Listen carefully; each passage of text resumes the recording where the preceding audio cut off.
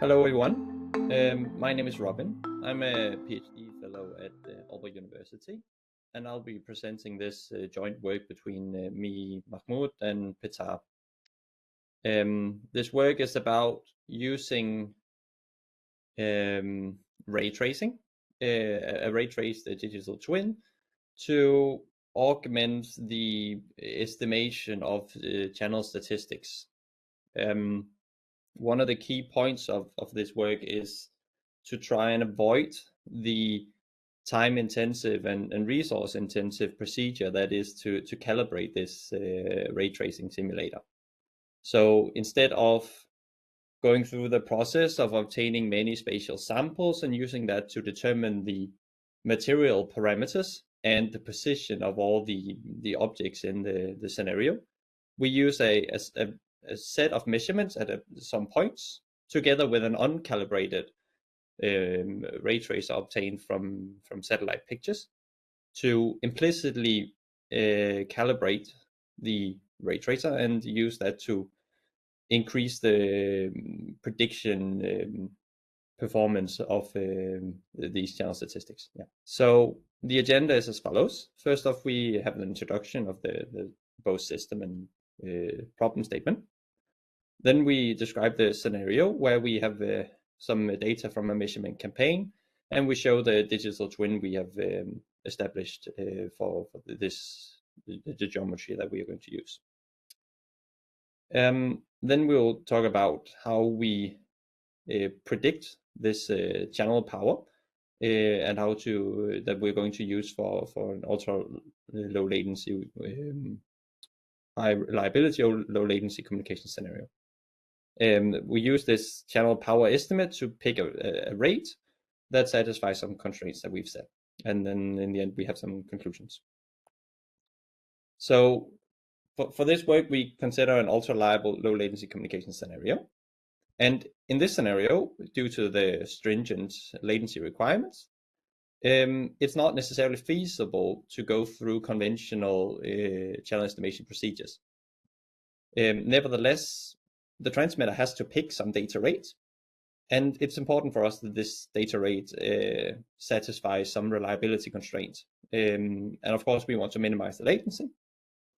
To assist in the rate selection, we have some channel estimates at prior locations, and we can use this together with this uncalibrated digital twin to estimate what is then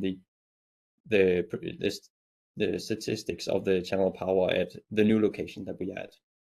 We assume that we know the location of the receiver, and then the transmitter would have, for example, some GPS equipment that allows us to obtain an estimate of the transmitter location. And we assume some narrowband communication where we have delay spread equalization and then negligible Doppler. This means that we can write the received signal as shown here in the bottom in equation 1, where we have the square root of the transmit power, then h of x is the instantaneous channel, s is some transmit symbol, and then n is the white Gaussian noise. We assume that this s has a unit power, so the expectation of s, the power of s is 1,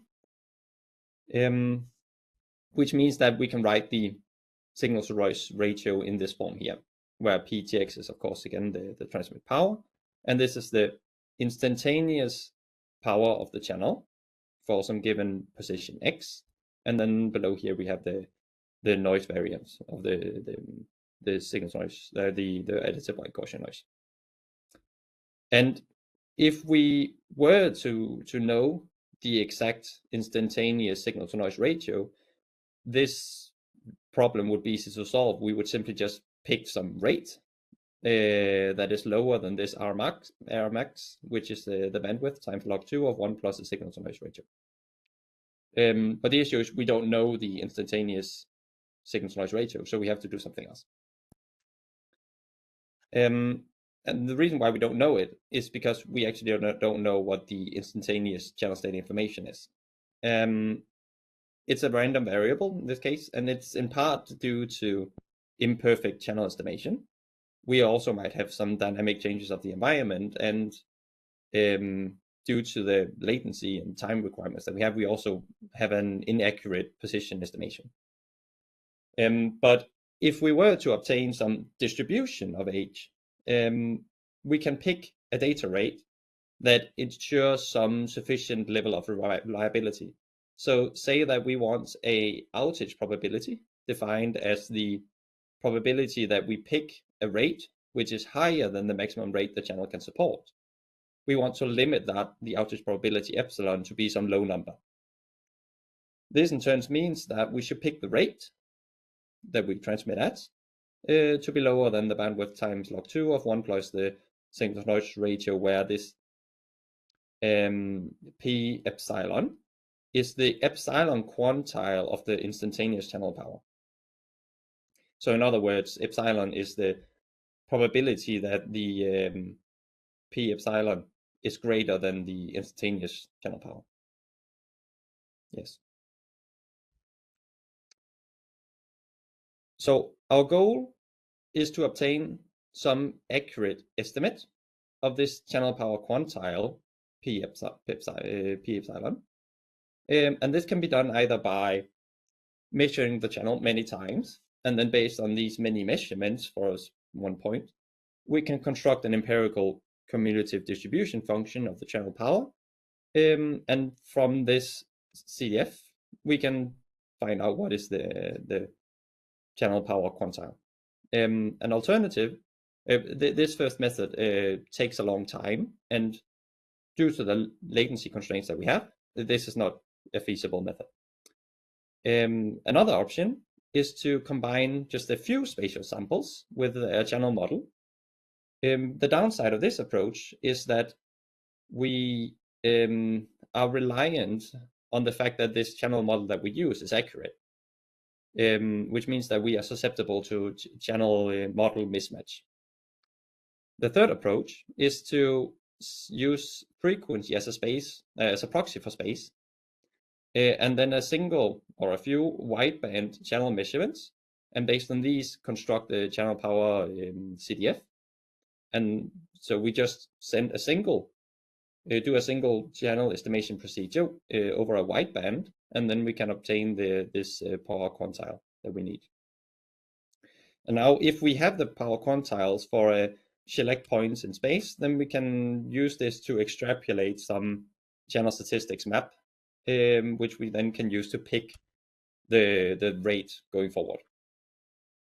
And given known probability distribution of p epsilon, we basically want to select a data rate where we limit the probability that we have picked a rate that is higher than we want to limit the probability that we exceed the outage probability. So basically we have the outage probability, which is given here, this term here. And then we want to limit that to some maximum delta here.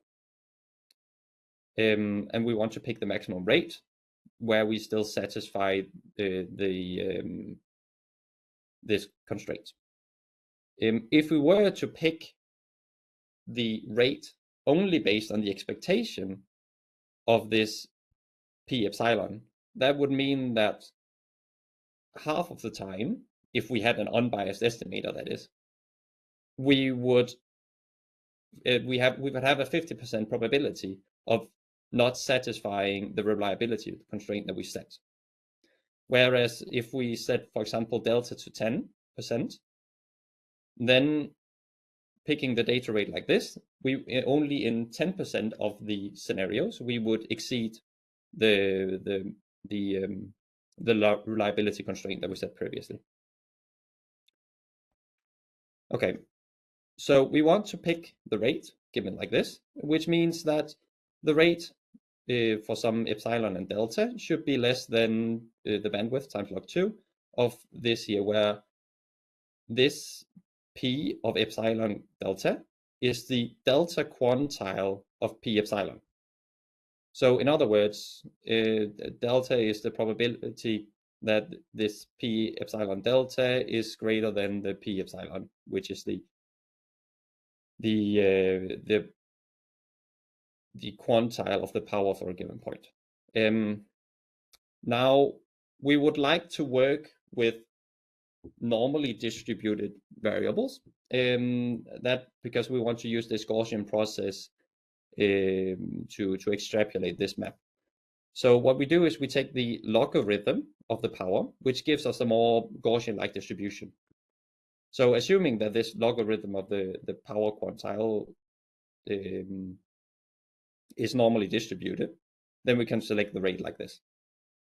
So given for some point x, given some known data that we have, we can pick these the rate according to this function here. Okay, that was it for the system model and the introduction. So this here will show the measurement campaign that we're working with. So on the left-hand side, you can see the scenario that we are using, and we have a static receiver here, and then we have measured the channel for a bunch of different points, and we've established a very similar looking digital twin on the right hand side, where you can see all the same points here are marked with the green dots, and we are using the Shona Python library to do the ray tracing. For this map here is extracted directly from OpenStreetMaps, and we have just assigned a placeholder material for all objects. So all of them is a standard. Let me see. Yeah, all surfaces, ground included, is just made of bricks. So we are aware that this is of course not accurate, and we will account for this in this implicit calibration that we will show. So we have a single stationary receiver, and then we have a transmitter that we move around.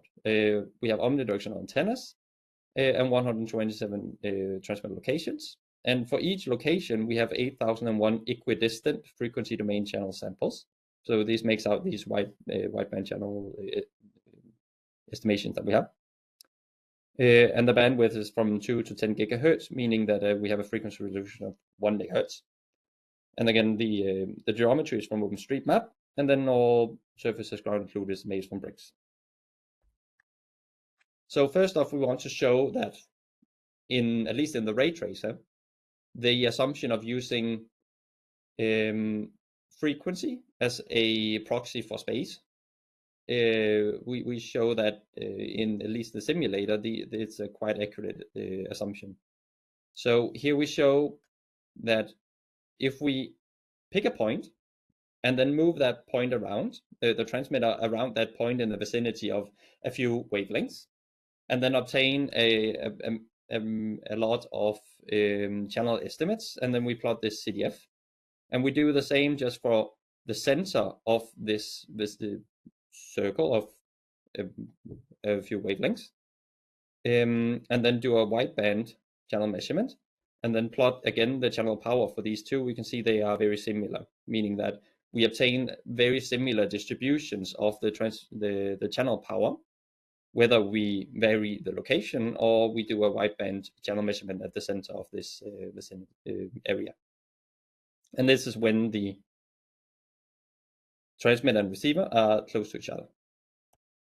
Here we have another example where they are far apart, and we see again that the distributions, they are very close, which validates the assumption that we can use just a single wideband channel measurement to obtain the CDF of the channel power for the transmitter moving around in a small area around some position. So the method of how we then estimate the channel power and create this map we'll go through now. So we assume that the log power quantiles, they behave as a correlated Gaussian process across space, which means that we can use this Gaussian process to estimate a map. Yeah. So first off, we extract the CDF of the log power quantiles from the uncalibrated digital twin, and we obtain this CDF given like this, where beta is the the cumulative probability, and then x is a point in space. Then we can form this augmented location vector where we have the location and then a function that we apply to this CDF obtained from the uncalibrated digital twin. And in our case, this function simply just takes 10 points equidistantly spaced along this CDF. So for 10%, 20%, 30%, and so on. And then we form a data set where we have the position and the points on the CDF together with some measured epsilon quantiles of the power for these positions. And then based on this data set, we select some hyperparameters of a kernel function, which maximizes the likelihood of obtaining the data set given the kernel. And in our case, we use this anisotropic Mattern kernel, as well as a white noise kernel. Then we apply this Gaussian process interpolation together with this kernel with the hyperparameters that we just obtained. And then we obtain some estimates of the mean and variance of observed points, unobserved points. Yeah. So this D is not all 127 data points, but rather just a subset of them. This here just shows the equations for the Gaussian process interpolation, if you're interested. So here are the results. So on the left-hand side, you can see a plot of the measured epsilon quantile of the power, where this white dots represent the location of the transmitter, and then the red dot here is the receiver location. And then on the right-hand side, we can see this interpolated map that we obtain using the Gaussian process interpolation with the augmented location vector. And you can see there's and this here shows the expectation of this epsilon quantile channel power. And you can see there's much similarity between these two plots.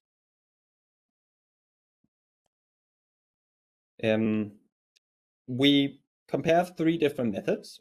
So first off, we just select this epsilon quantile of the log power directly from the CDF of the digital twin. That is one approach. The second approach is to use Gaussian process estimation only on the known locations. So instead of having this augmented location vector, we just have the location vector. So we don't use the digital twin to increase the accuracy. And then the third process is we use this augmented location vector where we use the CDF obtained from the digital twin together with the locations and measured data. Yes. So here shows the 3 different methods. So on the left-hand side is the first one where you only use the digital twin. The center one, we only use the data.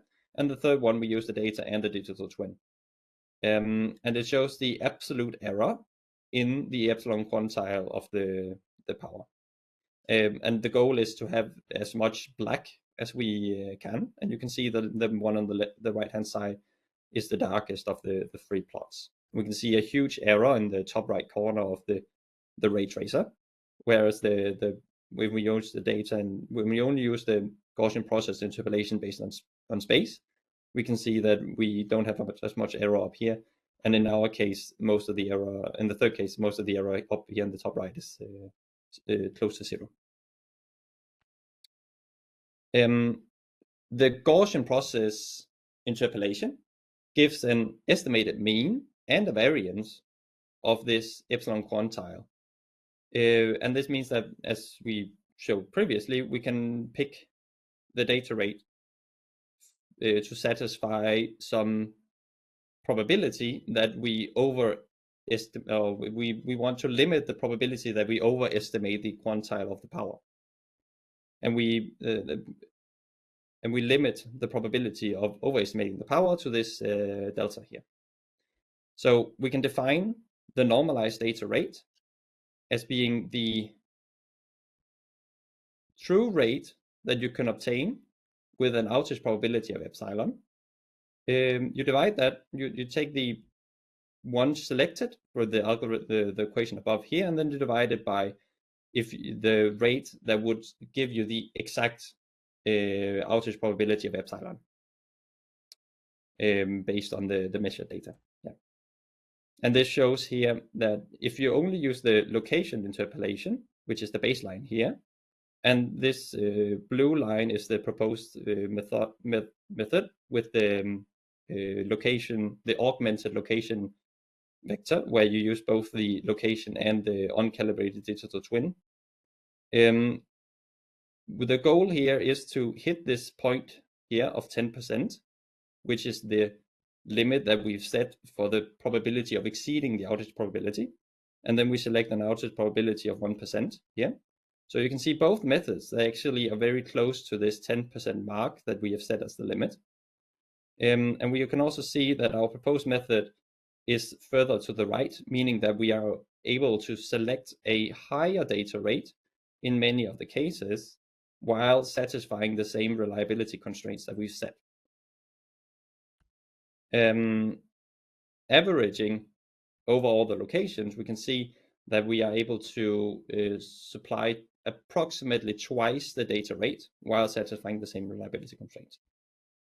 Yes. Conclusions. Calibration of the physical layer digital twin system can be very resource and time intensive. And without calibration, we have shown here that the geometric information can still be utilized to increase the chance statistics estimation. And the digital twin system achieves approximately twice the average data rate when compared with the same procedure without the assistance from the digital twin. Thank you very much. That was my presentation.